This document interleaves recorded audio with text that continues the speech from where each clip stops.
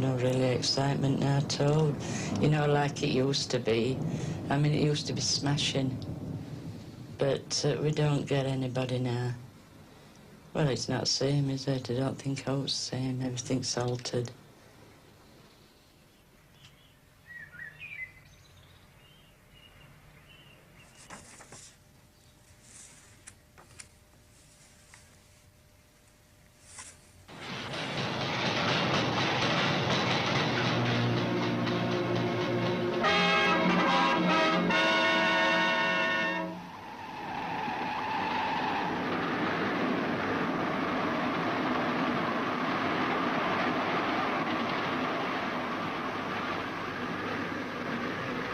So this is Smokedale. Smokedale. 500,000 people live there. A town of steel.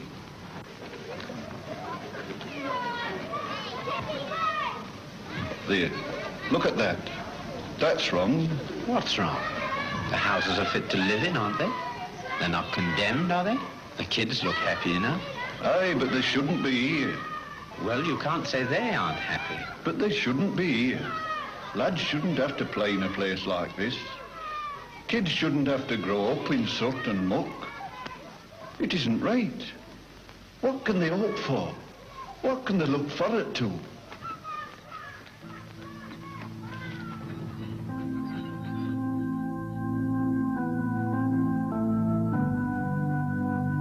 The ambition of most of my generation were to find a decent area to live in, and Manor's just not. I mean, conditions on Manor, housing, recreation facilities, anything. I mean, there's just none of it on this estate. There never has been from origins of this estate. I mean, it were poor housing 60 years ago, it's poor housing now. It were poor recreational facilities 60 years ago, it's poor recreation facilities now. They were fighting for playgrounds 60 years ago. We've fought and just got that playground, really, in this last couple of years. I removed on the manor from a one-up, two-up, one-down property, back-to-back property in Attercliffe, where for years we'd had to drag a tin bath out onto the hearth to have a bath. And we was offered this property. At the time we was offered it, I was in bed, confined with one of my daughters, Darryl. She was a fortnight old when I removed up here. Well, we brought the family up, you know. We had bicycles those days, and we rode up on the bicycle, me and the daughter, our Pat. And we get to the house, you see, and I'd just put the key into the door, and this next door neighbour up one shouted, "Oi!" I said, "Hello." She said, "Dear neighbour." I said, "No, thank you." I'm not wearing that, no chance. I said, "No, thank you." I said, "I don't neighbour, love."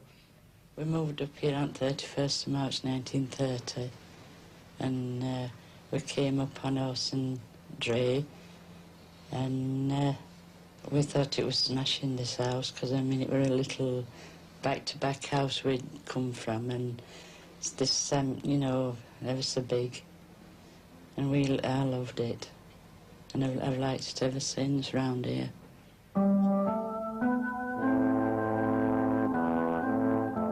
The Manor estate lies 1.5 miles from Sheffield city centre. Built in the 1920s, it represented all that was new and optimistic in town planning. At its peak, it housed nearly 11,000 people. Now, After years of neglect, the estate is the site of one of the largest council house rebuilding schemes in Britain.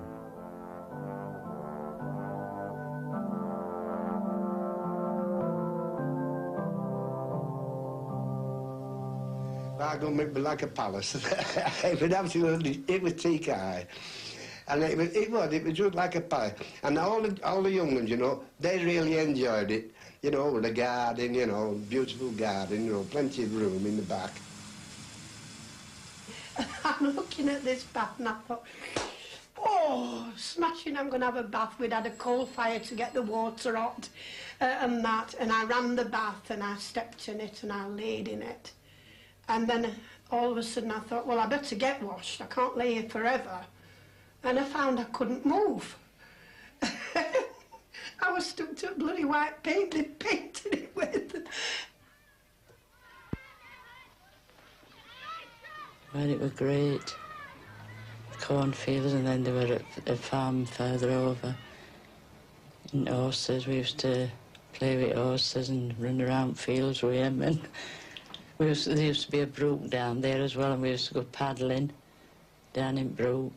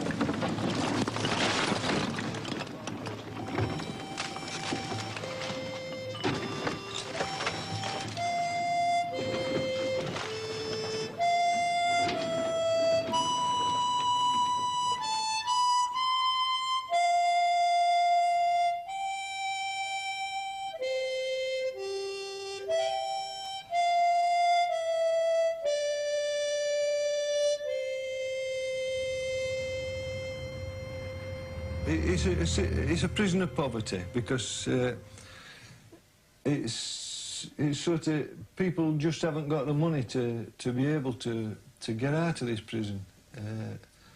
The ones that do have money to get out of this prison usually don't remember this prison that they were in. They don't remember these sort of conditions that other people have to live under, and it's very rare they come back once they've left their state.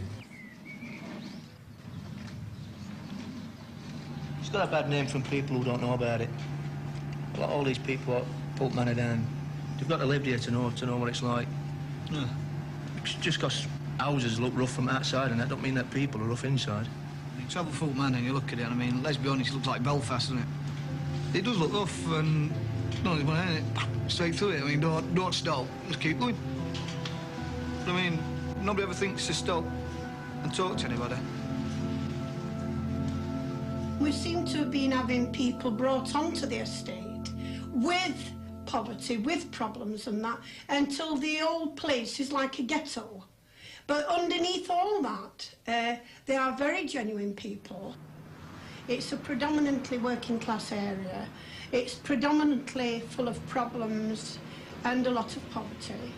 But underneath all this brashness that you will come across, people talking to you that they don't care attitude, underneath all that, they are a caring section of people. Well, I heard that we was moving last August, and then I had this flood in January, and I just thought I'd be moving quickly, so I've emptied all these. Well, I had ornaments in there and silver in here, and silver in that cabinet there, and if pictures on, we'll have to cut all them down. I'm just waiting now.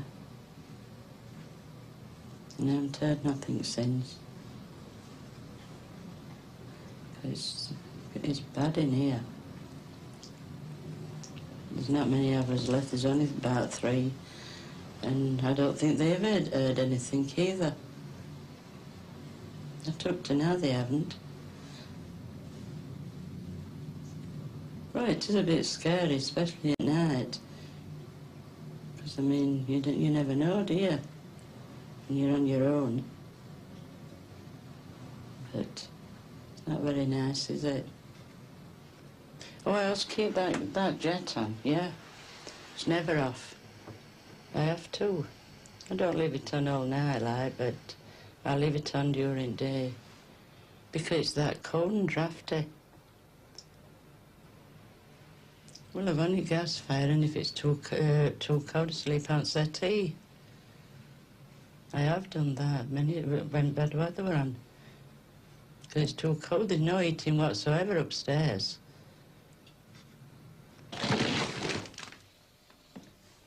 Just look at this. It's disgusting. All this lot. I think it's terrible. I mean, you can't even have a bath in here. You have to go out, have one, go to neighbours.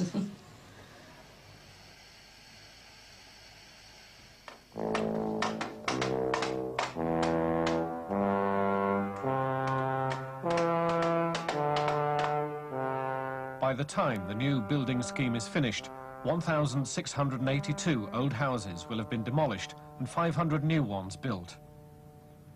Many families will have been dispersed across Sheffield, and the manor itself transformed.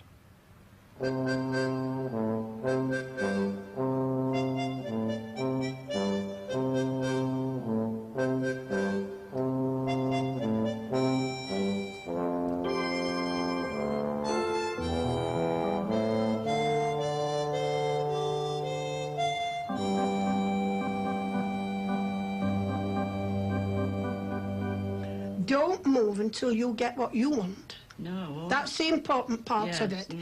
Because when you're moving to stay there. We're not looking towards moving about. No. I mean, I've told them straight they'll move me in a box off at Manor, not for me to walk out of this property off of the Manor. No. Well, I our want a roots Manor are property. here, aren't they?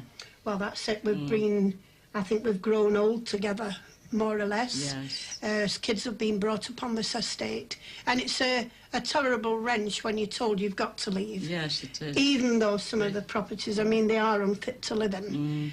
You still cling hold of memories and well, that. you do. I mean, I think if you have been told there's no two-bedroom properties, this is an incorrect statement to make. Yeah.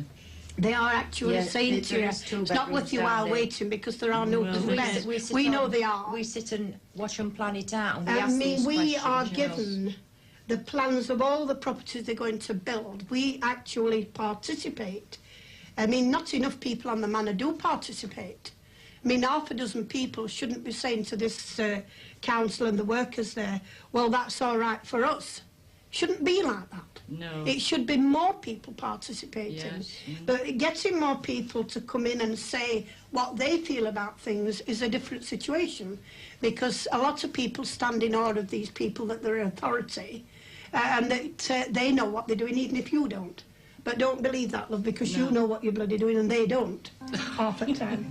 I mean, I'm being honest and fair about it. Yes. I've been a tenant rep now for 4 years under this demolition. We live on the manor. We're manor people. Yes. And we dearly want our people to have the best deal they can get. It's as simple as that. Yes.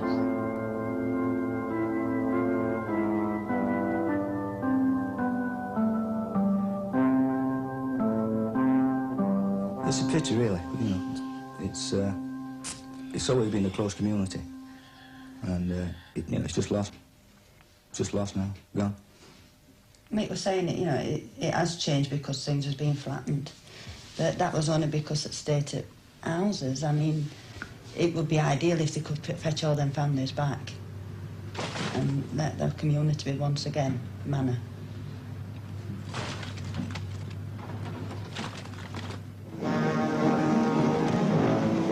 Sheffield, capital of steel, heart of a great industry. Here, hidden from view by a smoke umbrella, live and work the men whose craftsmanship is supreme. Weekly, they set new records for steel production. In Sheffield, steel touches on the lives of all. Nearly half the city's insured population actually work in the industry.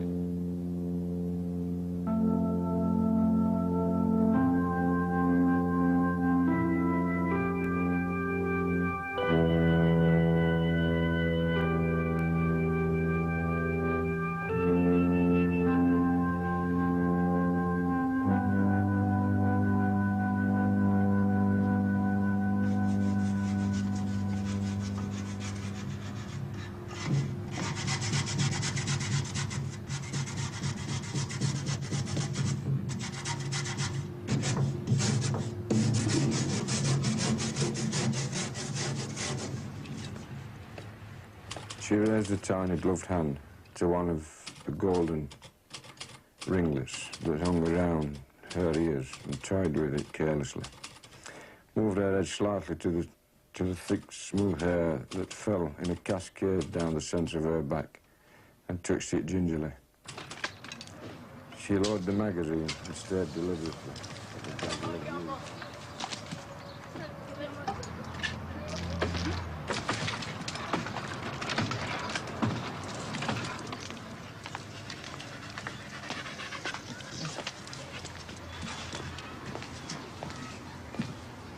It makes me feel very sick, really, and very disillusioned with human race, because there's that much work that can be done, that is there, that does want doing. We've no steel industry left. We've a basis of a building industry. I mean, we're really a nation of shopkeepers, not producers at all. I mean, country's producing nothing.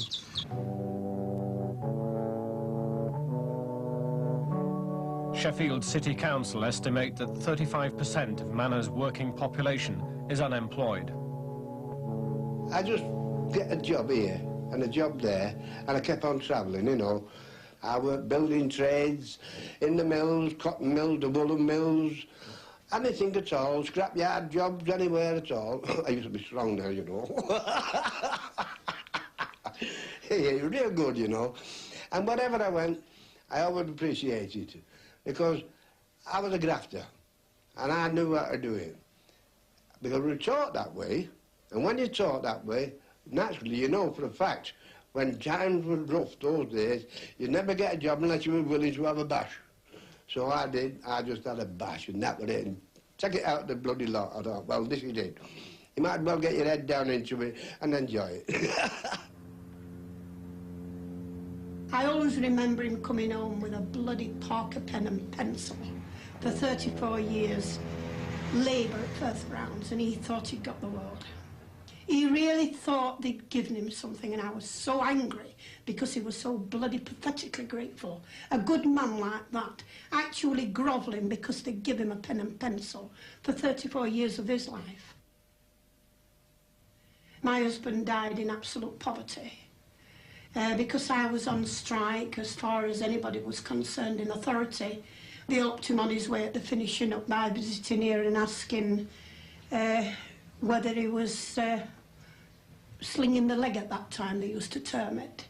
And that man stood and couldn't understand why he'd been sent here, and said, well, I know that man's not going to work anymore. My husband heard it because he didn't know that. And he was dead in 48 hours. I've got friends who've worked for firms all their life, and they've always said, well, I've got a job for life. I'm working for this firm for the rest of my life. I'm the oldest workman that they've got.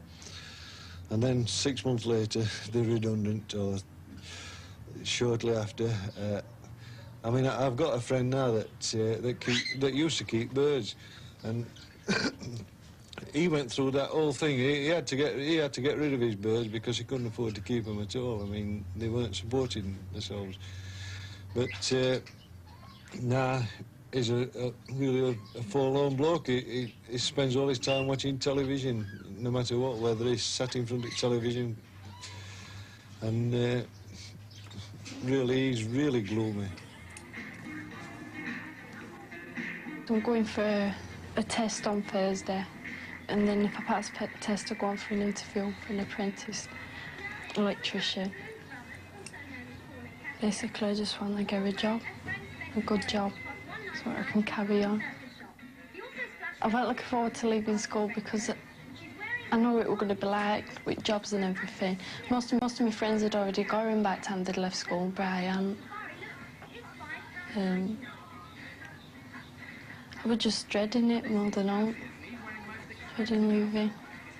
Because everybody says by the time you're 17, if you haven't got a job by then, they're all taking no YTSs on and things like that, so you've got no chance, really.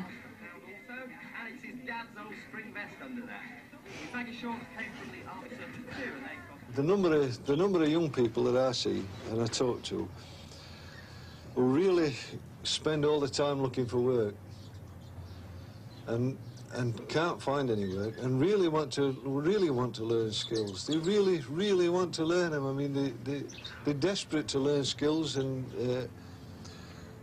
it is amazing how youngers do try to get on. I think that it really is a tragedy that when I see people about who could be constructing this country, this city, whatever, I feel that their lives are cast aside as though they're useless.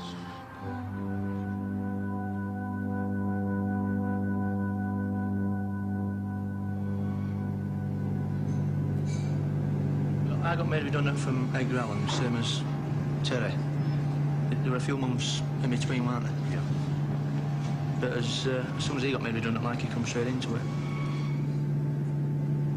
We started with I put a tenner in bank and sent out for some orders, and it just started from there. We didn't have no money. We had to go without wages for about 3 or 4 months. Sold my car, the video. I sold most of the stuff out of the house to keep going.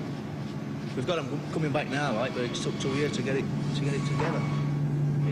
From 2 years we started, we had one machine. To now, I mean, the machinery what we've got in here now, it's not bad in 2 years, and it's just getting better.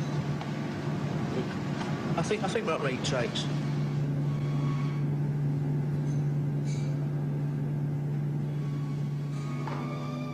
The philosophy of craftsmen is reflected in the faces of the men themselves.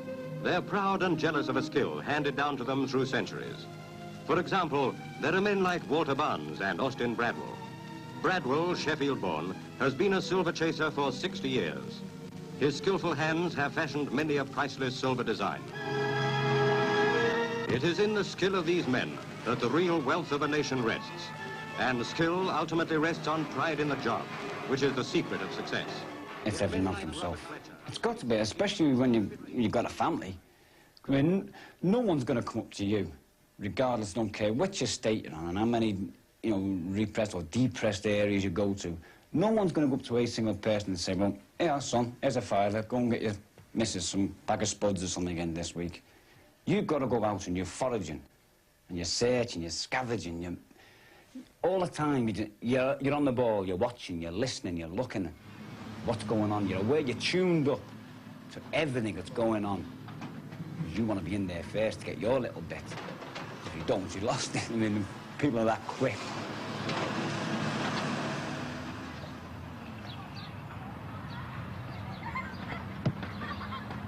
When a house is empty, it's that quick. There's usually a load of guys outside, and they're all like scavengers, waiting to jump in, first served. And then when you come in here, you got your big tank here, your main tank, which has got a couple of lead pipes, which you can see run up here from it into the cistern in the bedroom. And you've also got 2 pipes, you can see holes here, that come through from the fireplace in the living room into this tank. But whilst that's draining off, you've got a sink over here, stainless steel sink, which is, it's all cash, so you have that, like. And you've got 2 pipes run up the side of that window into the bedroom again, into the tank upstairs. And as soon as that's drained out, well, obviously, you whip it out, but you chop it off above. There's big joints, solder joints. So you chop it off above the joints, leaving the solder joints down here, so you can put it through quick. Just for speed, you know, in case anyone comes. That's all your lead done then. That's finished. But you still got the bits of things like over here. You've got, in these old houses, these fireplaces here are cast. So you whip them out, because, I mean, it's all money, but you need a lot of them cast to make it worthwhile. That's about the end of the scrap in the place, which nets you, well, anything between 40, 45 quid for the actual scrap itself. Then you start on the big job, slates, mucky, horrible job, which fetches you anything up to £400 if you get a decent size house. The likes of house this size, you probably get, what, 200 quid, slates. It's 2 of you, so you're only talking like £100 each. But it's better than what you're getting off, you know, the social, like, which it gets you the extra shoes for the kids, bit of extra grub in the house. God, soggy. Character, then. He's about the only man I know I've ever seen with his own personalised wheelbarrow. He was that well known, all the lads got together and they made up a registration plate and put it on his wheel. That was his own personalised wheelbarrow. He's a funny bugger, I mean. And you'll always see him with a barrow full of wood. He's always, and I mean, it's up here, it's 7, 8, 9 foot up. And he's struggling with this barrow all over Manor. I mean, what's underneath the wood, I don't know, but I mean, I can't see what he's getting for bits of our scrap wood. I mean, what he's trying to hide. You've got to give credit where it's due. He goes out and he does a bit, he gets black. Everyone laughs at him, but he's still earning a couple of bob. I mean, you know, and this is what they were all doing, just trying to earn a few bob.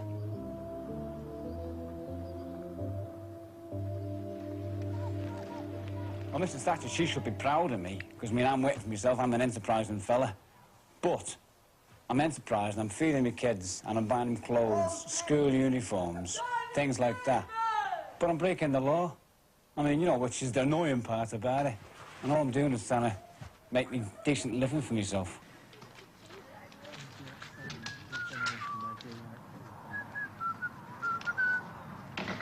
To tell the world of their achievements, Cutler's Hall stages a show, which is Sheffield's shop window to the world. Best known for its cutlery, the city displays all its craftsmen have to offer.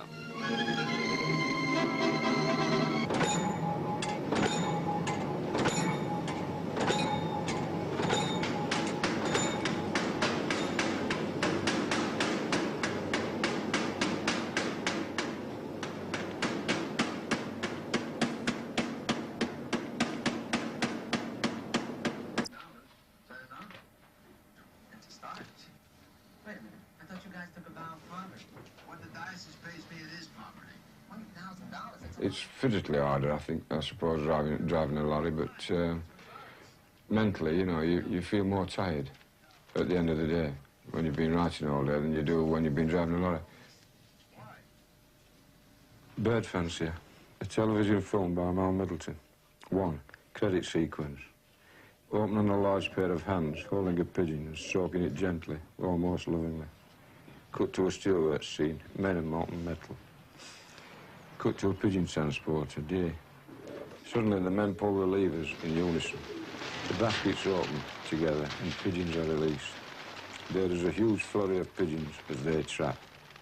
Plenty of sound, wings flapping, etc. Tilt to the centre of flight. Hold, freeze, titles.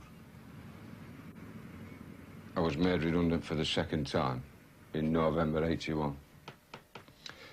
So I went down to the lab and there were no jobs, you know, stacks of drivers on the door. So I thought, well, now's the chance to do a bit of serious writing, which I did. I wrote Bird Fancier. I left the novel and wrote Bird Fancier. I remember the first rehearsal in London at the BBC rehearsal studios at Acton. And when Michael Elphick and all the rest of them started speaking the words, that was the biggest thrill of all. And just think that, we bred ourselves. Aye. Our little blue pied hen will take some licking today. There's doubt in Sheffield can show her the way home. That, when the words came off the paper sort of thing, you know, and get a fantastic feeling that one. The truth is that I'm on the dole, you know, I'm signing on the dole. I'm trying to create a job for myself. It's as simple as that, really. I'm not making a lot of money from writing. I don't consider myself to be a writer yet, but I will do someday, I hope. I will get there someday. But it is a very slow process, you know.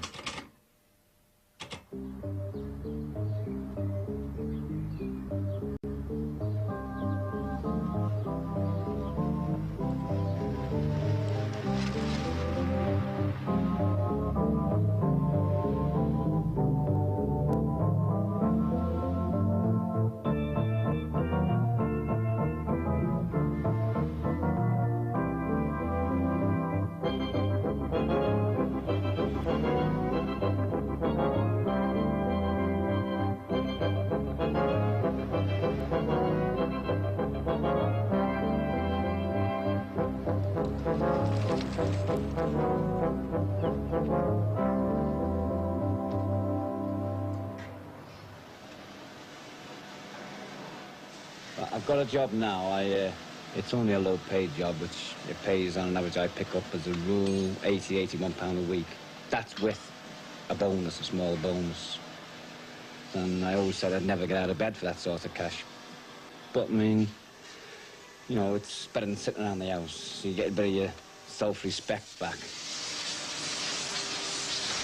First thing is, first and foremost, a cup of tea. Then have a quick read of the paper. I always get into work early to make sure I can have my cup of tea and a read of the paper. And then find out whichever machine you're on. Shop foreman will tell you whichever machine you go on.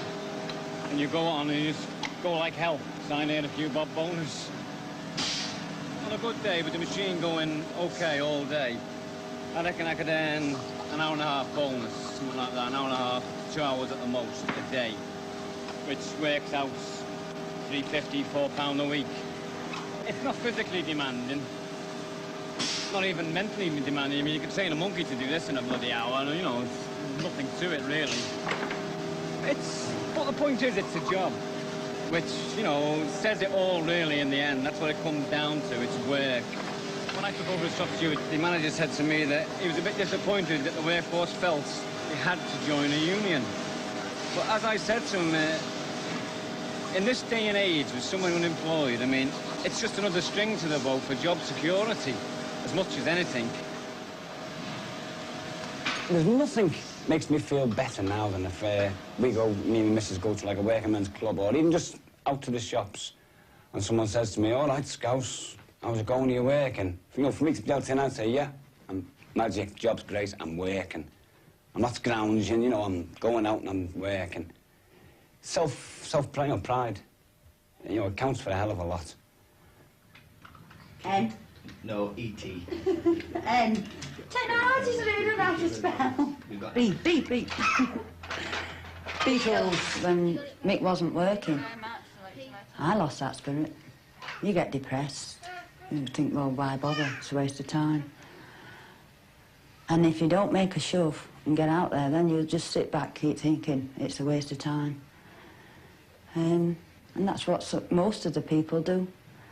And on Manor, with the fellas, they think the typical little wife should be sat at home looking after their kids, cooking their meals, cleaning, washing, just for them. And when they come in, no matter what time it is, then wife should be there to make that cup of tea for them. But there's more to life than that.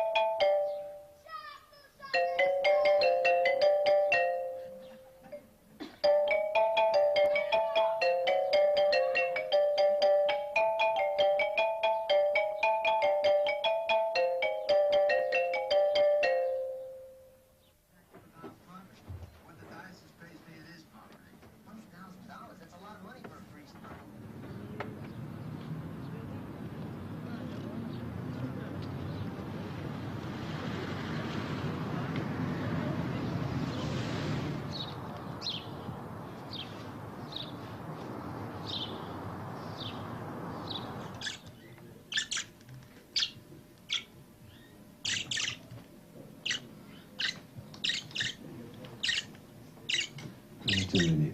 Let me find something to work. Don't fight your chin. You little monkey sad. When you? 48668 is a clock. GV8 to 6Z4866. What is it? Hold on a bit. It's an N. 48657. 48657. It's a clock.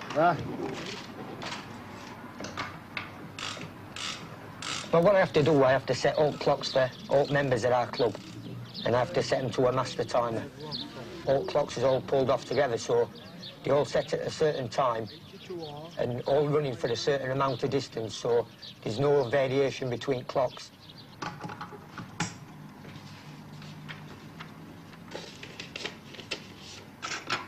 Well, the attraction is, like when you send them to race, you know, you think you've sent your best, you only send them to win.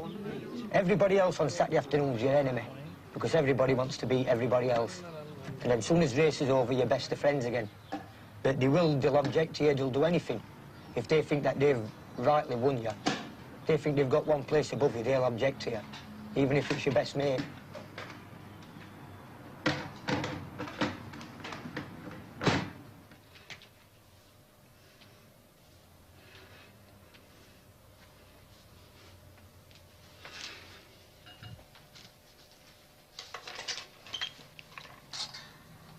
I want to be a boxer, I'm going to keep it up for a long time.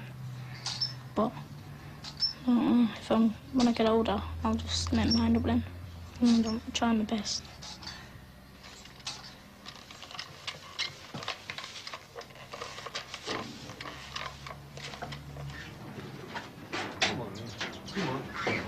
Come on, let's have a look. What you got? Come on, Flower.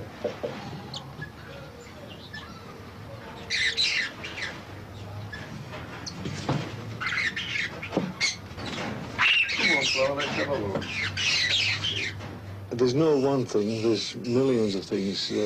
Everything about them and everything that they are is sort of magic to me. And I have no idea really why they appeal to me and give me so many thrills. And disappointments at times, but disappointments you soon forget, and because there's a thrill a day with birds, sort of thing. I mean, I think about things, I mean, because we're all caged, I mean, there's no freedom. My birds are caged. I'd like to see them free, I'd like to see them flying about around me now. As far as people being caged, of course we're caged. With restrictions that are about us, and the fact that nobody's any resources, no chance of escape. I mean, there is no a predicament like this that we're in now. There's no chance of any escape from it whatsoever, as things are. Come on, Flower. Nice and fat.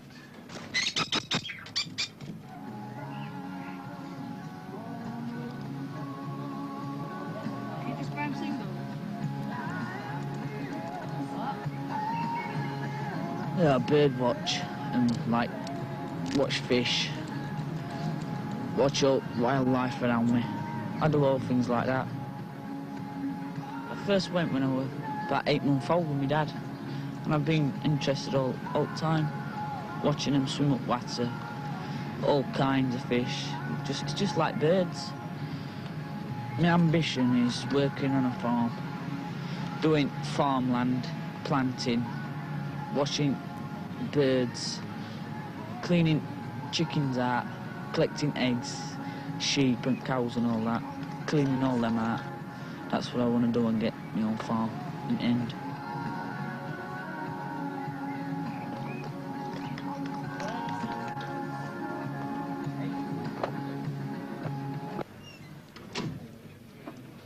Thirty.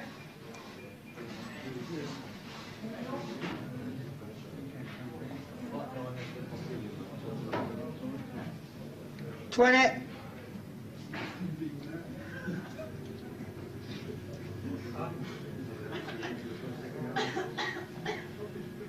10.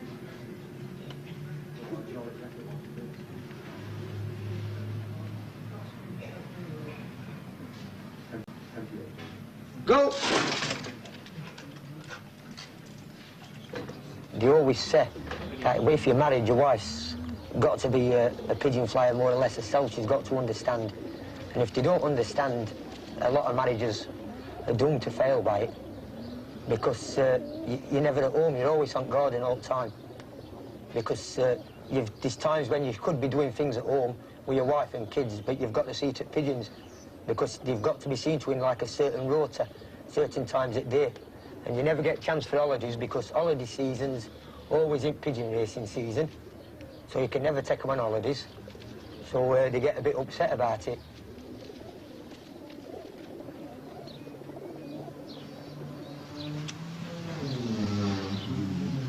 I like it gets you out in the fresh air. It's a nice thing, and you're enjoying yourself. It's a pastime. It's experience, and you can always learn something out of this, you know. No matter what it is, you can always find something that's different from something else. A new way, new plants, you know. And it gets you real interested, you know. And I can spend that many hours in here. I can get up in the morning at 5 o'clock and come out here, so long as the buttered bun's shining, and I can come out here, and within 2 shakes of a donkey's tail, they call me in, it's bedtime. You know, you can get that interested and carried away with it. And it's marvellous, that. I think it's absolutely, it's superb, isn't it? And when you're looking after little plants here and there, and you want them to come up nice and steady, you know, and laugh at them and talk to them, shout at them if they don't come up right way, and they take notice of you, you know. Oh, come on, you should be there now.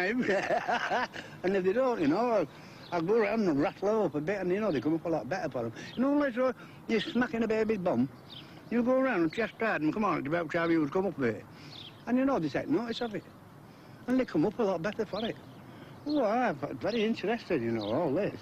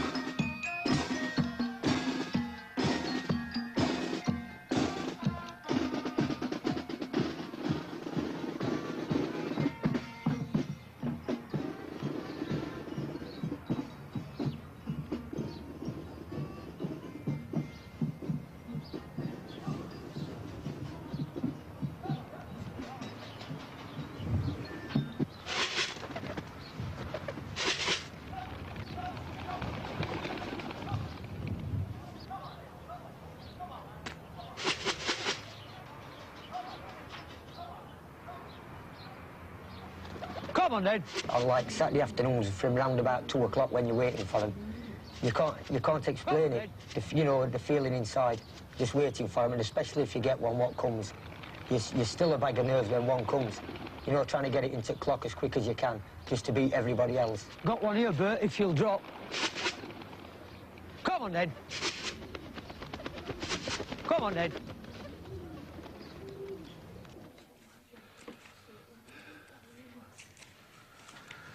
They've got damage through time. Kids that damage them, they don't care about them. I mean, covers and things like that, they don't care about out, do they? Kids, do you? What? You don't care about records, do you? Mind you, there's 3 more kids. Whose is that one? Whose is that one, Louise? Playing. Well, he can take that. I don't think I want it. That got played once, didn't it? Some records I regretted getting. This one's a good one, Chuck Berry. I like this one. But all my Chuck Berry records have gone. That's the only one that's left. It's not best of Chuck Berry's records, that one. That was a good record, weren't it? Can you remember getting that when it first come out? That made a... What happens, why they like old records is they keep reissuing them, don't they, old records.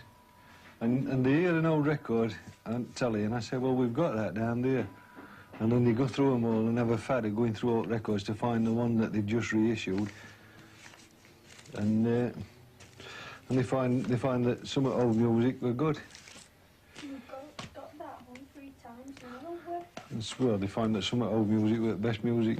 Some of it were crap like this, but some old music were the best music, rock and roll music.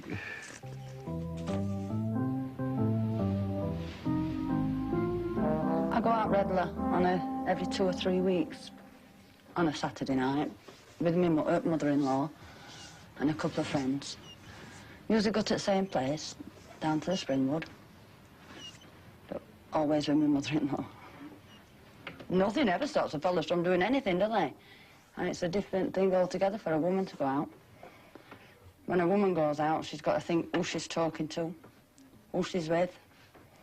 I mean, if a fella goes up and talks to a woman, nothing's said. If a woman goes chatting to a fella and he buys her a drink, they want to know what's happening. Some fellas, it really grieves me that the wives or the girlfriends or whatever sits back and turns around to their husband or turn around, I let my wife do this and I let my wife do that, as though they've got no life of their own. I mean, they're not owned by anyone. And it's about time the ladies just stood there and said, I'm doing it. And they shouldn't have to ask if they can.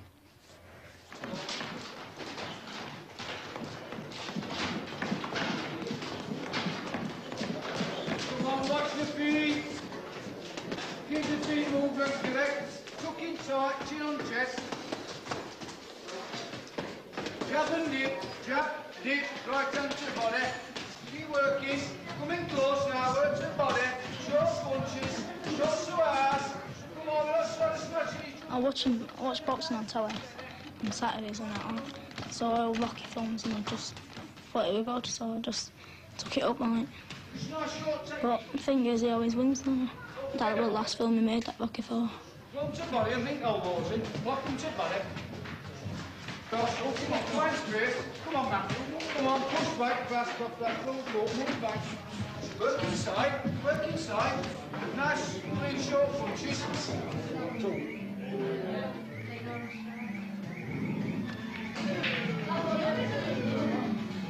We come down about 5 times a week. Sometimes just pop in for a quick game of pool. There's nowhere else to go really, so we come down to Frank's. We're both on youth training schemes. I work in a warehouse, got a butcher. Get £27 a week.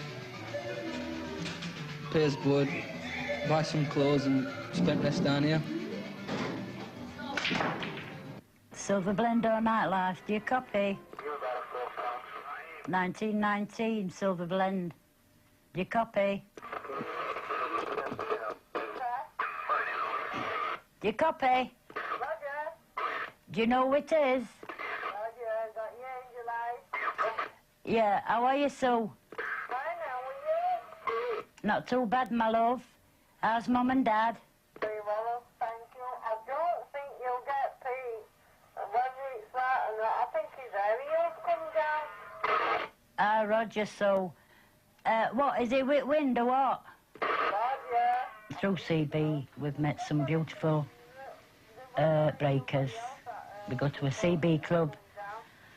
And them breakers I've been talking to on here tonight are the breakers that go to our club. You've got Apple Pie, you've got Silver Fox 2, Ted and Ruby Gold Blend, and you've got Alpha Mike, Woodbury Romarsh, and Alan Wheelwood. Roger. Roger, can I take it through to Silver Fox 2, Ted, please? The pleasure's yours. Ted, do you copy? I certainly do copy, Marlo. I think it'd be great if all pensioners that were on their own could have one of these. But of course they do run a little bit expensive. Oh, have they let it good, Ted? And you can buy books with the, what we call a CB Bible. 10100 is, if you want to go to the toilet, you just say, I'm going for a 10100, I shan't be long. And that's your toilet facilities. He said, oh, wait a minute, Teddy, so I'll ring the bike. I'll inquire about that because they got work near the house. When you're going to, you know, when they say, can we have an eyeball, that means, can we come and meet you? And you can either say yes, you come to my home 20 and have a cup of sludge, which is a cup of tea. You know, it's it's proper jargon. So I said to my cousin, what about that other one? I said, because there's nobody in that one yet. He said, well, he said, that comic's like a one sentence. So I thought, yeah, something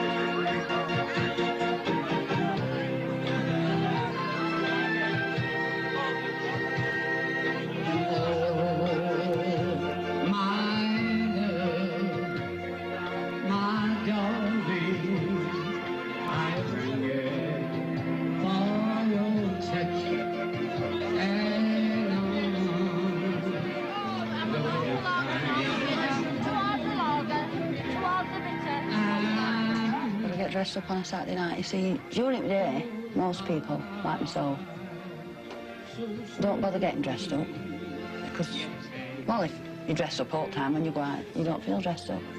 So you make that effort when you go out at night. Well, I do anyway.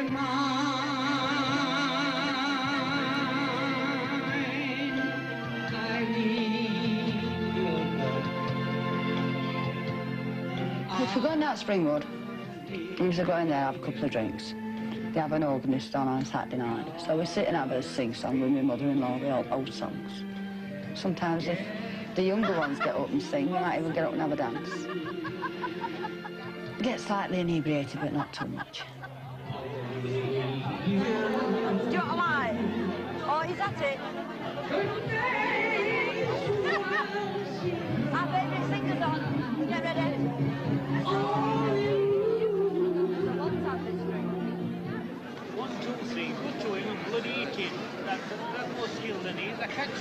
Seconds out. Third and final round.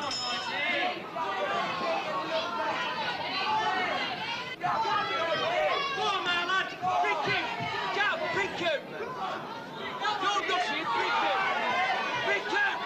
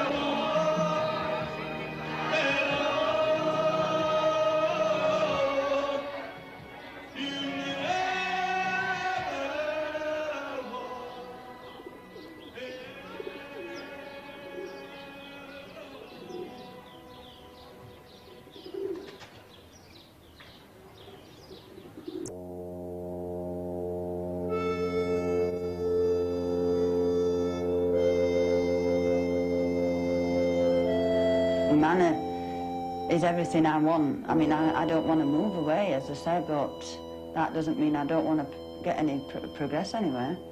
I mean, when my kids were younger, I didn't do much. I was there for them, and I didn't do much. And then I realised that I was wasting my time. There were lots of hours in a day that were just boring. So why not get out there and do something? So that's what I did. I went in and I joined the tenant associations and I joined the shop and the school governor and carnival. I helped once or twice. But I've had a go at nearly everything what's happening on Manor. I advise more people to get involved. They'll find out there's a big difference with themselves. Get more confidence. And that's what a lot of people are lacking, confidence. So. Good evening. Mrs. Thatcher has finally put an end to all the guessing and named June the 11th as the day she'll ask the voters for a third term as Prime Minister. That would be a record this century. She met the Cabinet this morning, then went to Buckingham Palace to ask the Queen to dissolve Parliament. Campaigning starts officially at the end of the week. Today, all the party leaders said... Maintain the right to buy. Vote Oxley today.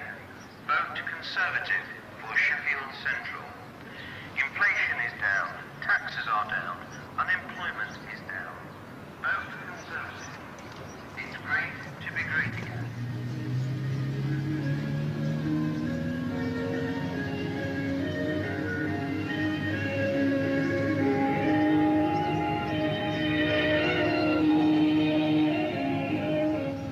Good morning, this is the Labour Party, asking you today to cast your vote in favour of the Labour candidate, Richard Cabourn. And let's together get Sheffield and Britain back to work. Don't forget to use that vote in this important election. Vote for the Labour candidate, Richard Cabourn, so that we together can start putting Sheffield and Britain back to work.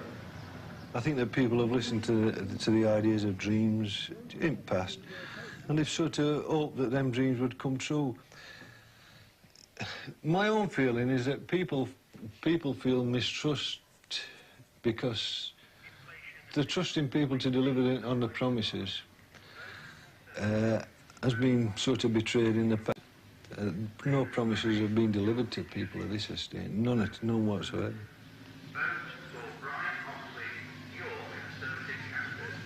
So you could start with once upon a time we all had jobs, ho, ho, ho, ho, right?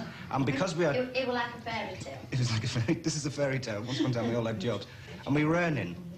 And we decided amongst ourselves to support those who weren't. We decided to look after each other. That's how it started, because of all that we just talked about. Yes, I think Manor people are fighting back. We've got quite a number of activists on this estate. I don't know yet whether you've ever met the theatre group. That originated, and they're all unemployed lads and lasses that actually live on benefits.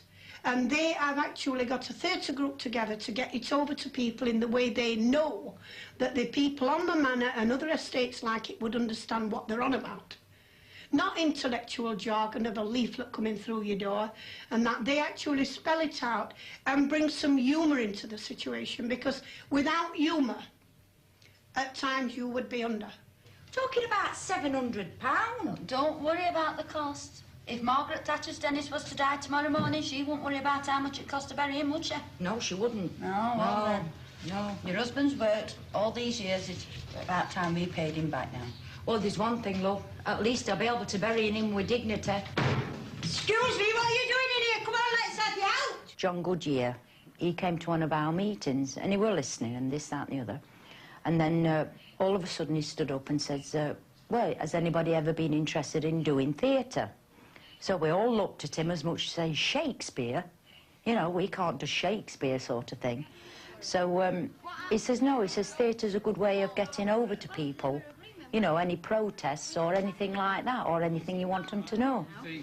We looked after one another. Yeah. Make that point clear. Yeah. And There's an agreement that we look after one another. Yeah. We care about her husband, so he can have £100 as well. That's what's got to come out. When we've put our show on, we've actually watched the people in the audience, and they've been saying, oh, we didn't know that was going to happen. And is that going to happen to us? Are we going to have all this money cut off?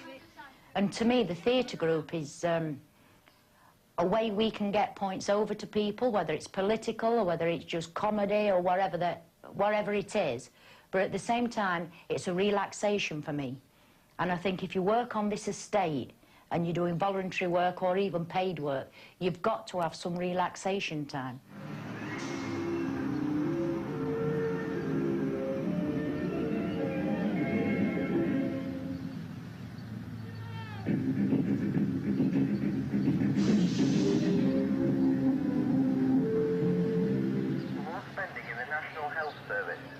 Vote Conservative.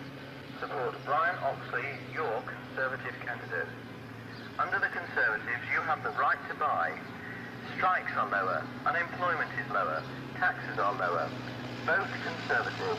Vote for Brian Oxley, your Conservative candidate.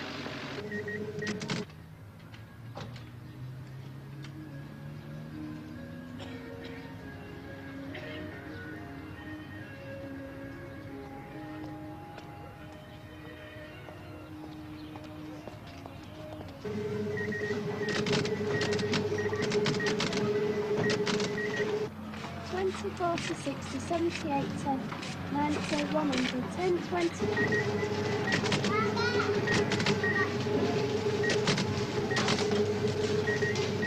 They look a bit spotty then. Yeah. About some of these up here, Barry? Don't know. 27 pence here, I think. Don't know. Can't get it down. 35 pence Savoy cabbage. Yeah. Right. Get us a bag of onions. Right. Taters. Yeah. What about carrots? No. Swedes? Parsnips? No. No? Well, including family allowance, I get about £78 a week. Now, out of that, I have to put £20 a week aside for gas and electricity. So that brings me down to about 58. And if you divide that up between 4 of us, that's about £14 a week each. After that, you've got to clothe yourself, shoe yourself, feed yourself, and if kids want help from school, you know, like such as cookery, or they want to go somewhere, that could be extra £1 or 30 bob or 20 pence or something like that. Coffee, are we having coffee? Oh, yeah, coffee. It all amounts up.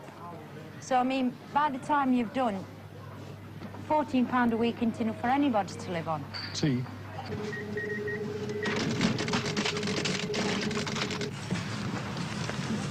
Hey, what? Are you looking for anything at market? I want some white shoes. Why? The black is all right, but the white is for the taste. I want a pair for some boots. Yeah, I want some for Aunt Cheryl. There's people on the estate who, they don't look the best. They don't live in the best conditions. Now, do you class that as being poor and poverty because they don't look so clean and they live in them conditions, or have they got a lot in the family what they're in? No, I'll have to nip something. I go to the Wednesday market.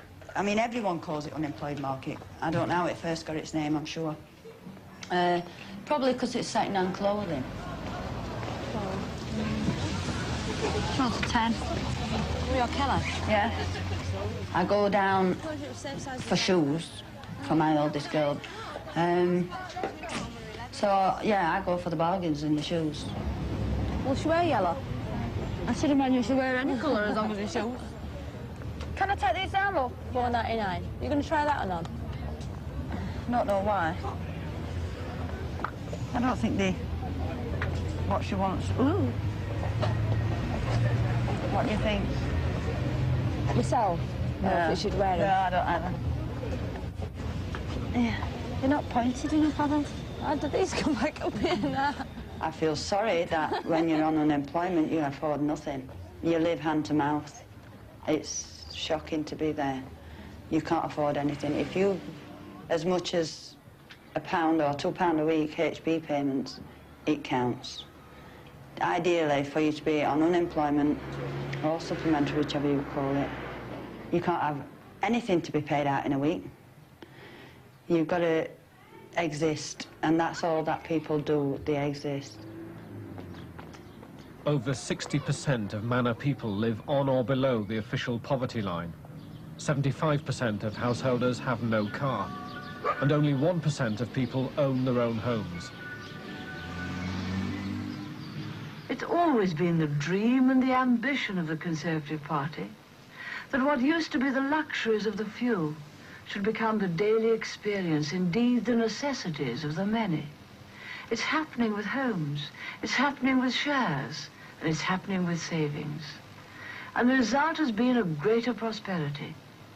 It's not only our standard of living that has increased, it means we've been able to put greater resources into health and social security. But you can only do that when you've first created the prosperity. And all this has been achieved by government and people together. The government running things well, like any good housekeeper, and the people responding.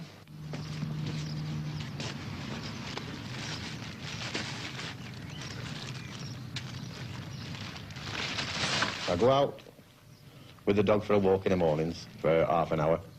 take with me a carrier bag and a magnet to test any bits of metal or out I pick up, which is, if it's not magnetic, it's, you know, worthwhile weighing in for scrap. And it gets me my cigarette money and things like that each day, like so. And there's always stuff there, dumped from builders and such people throwing their household rubbish away, pans and saucepans and all sorts of things, like, you know. Just depends odd days, there's never anything there, like, you know. Then again, there's another day you might earn £5 or something like that. There's a lot of scrap round here if you're willing to go breaking in these houses, like, you know, but the thing is, it's not worth the trouble if you get caught doing things like that. I just walk around on spare land and do it there. I took voluntary redundancy, hoping I'd get somewhere else, but it was too late. Everywhere was shutting up at the same time then, you know. And I've tried other different places, but nobody seems to want you now. I mean, say, 40-year-old, you're too old now. They don't want to know you.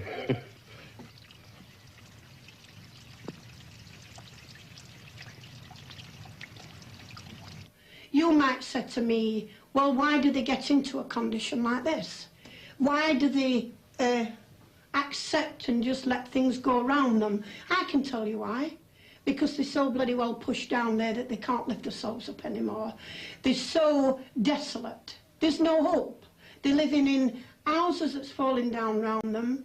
And, I mean, take, for instance, look round some of the gardens, and people say, well, if they did the gardens, it might be a bit better. But when you're living in a house with black mould running up your walls, no money. I mean, because I defy any of you people to exist and really live and have a home that's worth living in on DHSS levels, which is, what, 49 quid for a married couple, to pay everything out of the bills, the power bills, the food, the clothing.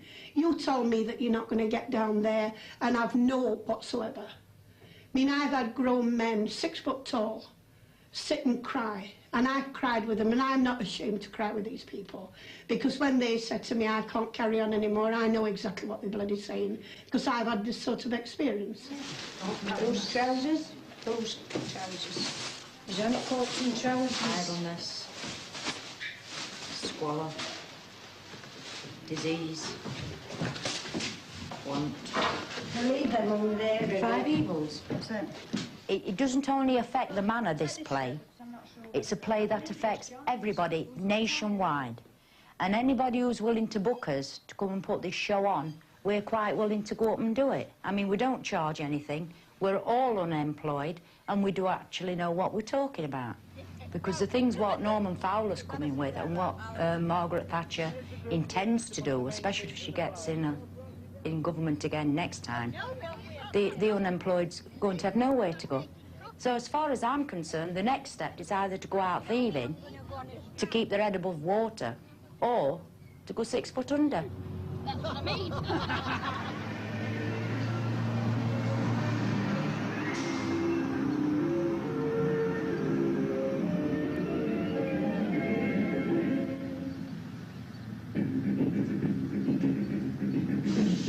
I think they're all in for their own ends. No, I don't. I'm not voting. I used to, but I wouldn't now. No way. Vote for Brian Oxley in today's election. Vote today. Vote Oxley for Sheffield Central. Vote early, vote wisely, vote Oxley. Vote Conservative. Vote for Brian Oxley. I used to vote Labour. Well, I couldn't vote for anybody else, could I? Working class. I mean, I couldn't vote Conservative. Got a note to conserve. And I don't like Mrs. Thatcher anyway. Because I think she split this country and people. Well, she didn't bother about people in North. She couldn't care less. She didn't bother whether they were working or not. She don't know where you live. Up here in North. She waited nervously in the wings before she walked out to deliver her message of strong leadership of a strong country. She said it was a message she'd take to the World Economic Summit. When I go to the Western Summit in Venice on Monday as your representative, I will go with my head held high as leader of a strong country. To Labour's charge of being divisive, I answer in one word: humbug.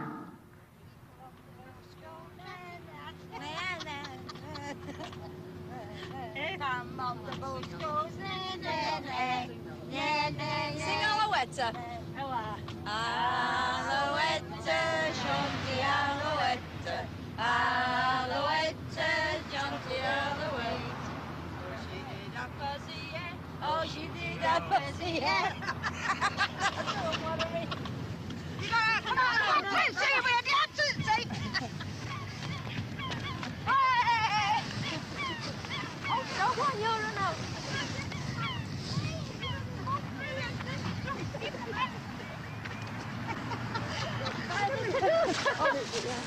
Oh, we've got stains on me. Oh, your bum's looking, Rita. Up a crab bites your toes. Come down and have a look, Rita. I'm not, they're not chucking me in there.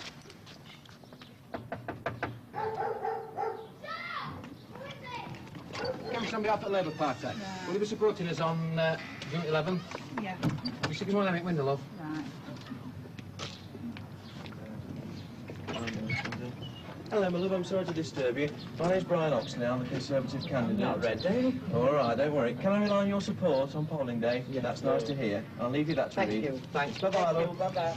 They've missed all that out, haven't they? All what out? Well, they've missed me eating allowance and my diet allowance and laundry allowance. Ah, and why have you been getting these? Oh, they're from my husband. He's at home, he's in a wheelchair. Yes. Well, you see, the thing is that the Fowler Act has been passed, and Norman Fowler has abolished these allowances.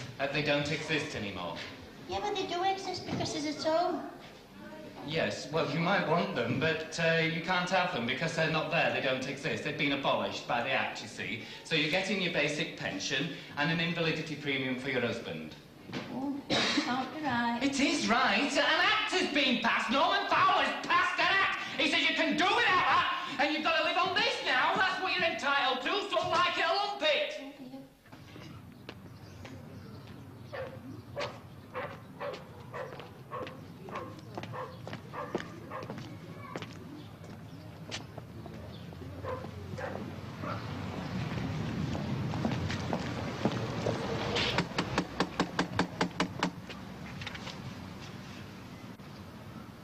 50 years ago, 50, 60 years ago, there was at least 1,000 people.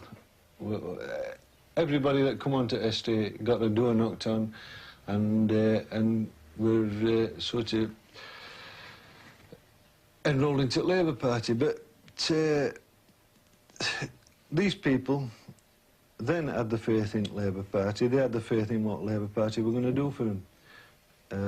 A lot of them have kept that faith, but a very large number of these sort of people have sort of been betrayed a little bit. In 1942, Beveridge said that the welfare state was there to combat the 5 great evils. That existed then and still exists today. Idleness. In 1987, officially there's 3 million people unemployed. It's estimated to be 5 million. Disease. Health's divided between rich and poor, and it's greatest it's been since 1945. The unemployed are more likely to suffer heart diseases, cancer and attempted suicide, and prescriptions have gone up 12 times since 1979. Ignorance. £12 billion cuts in education since 1981. Squalor. In 1987, there is 100,000 people homeless. Millions live in substandard and slum conditions and selling off of council houses. Want.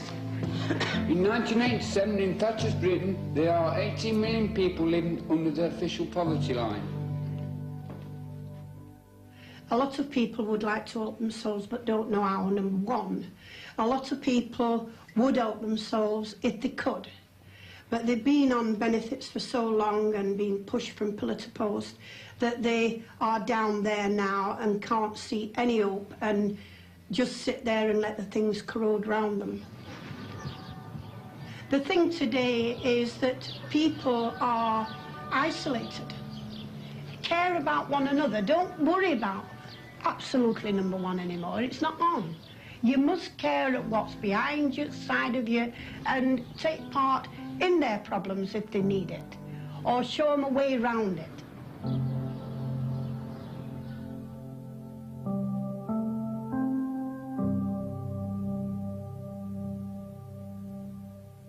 A few years ago, we sat here talking about conditions at state estate, and it was me that did most of talking and telling faults with talking about faults at estate.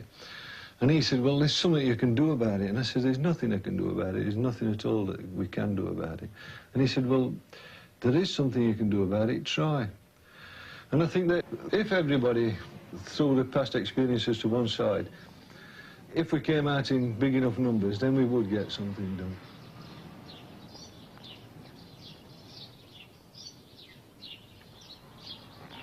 No, I told them straight. I said, when they come to see me, where do you want to go, Tom? I said, I want to stop here in the manor. I said, I want to live with the rogues I know, not with the rogues that don't bloody know.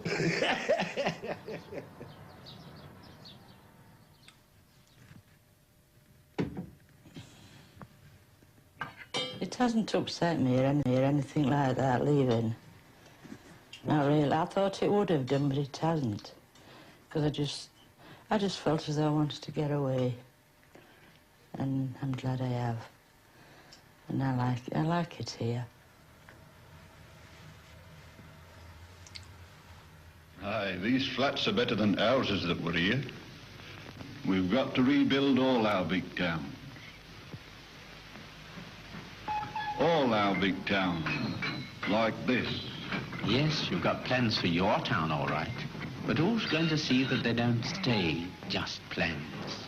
Who's going to make them come true? There. You are. You're only folk that can make these plans come true. Not only plans for this town, but for every town. For your town. Remember, it's your town.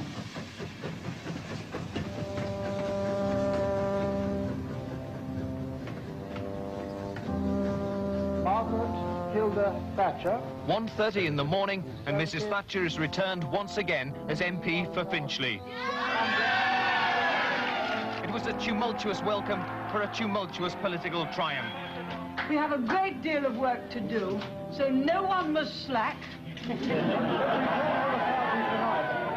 Have a party tonight. You will have a marvellous party tonight, and you can clear up tomorrow, but on Monday, you know, we've got a big job to do in some of those inner cities.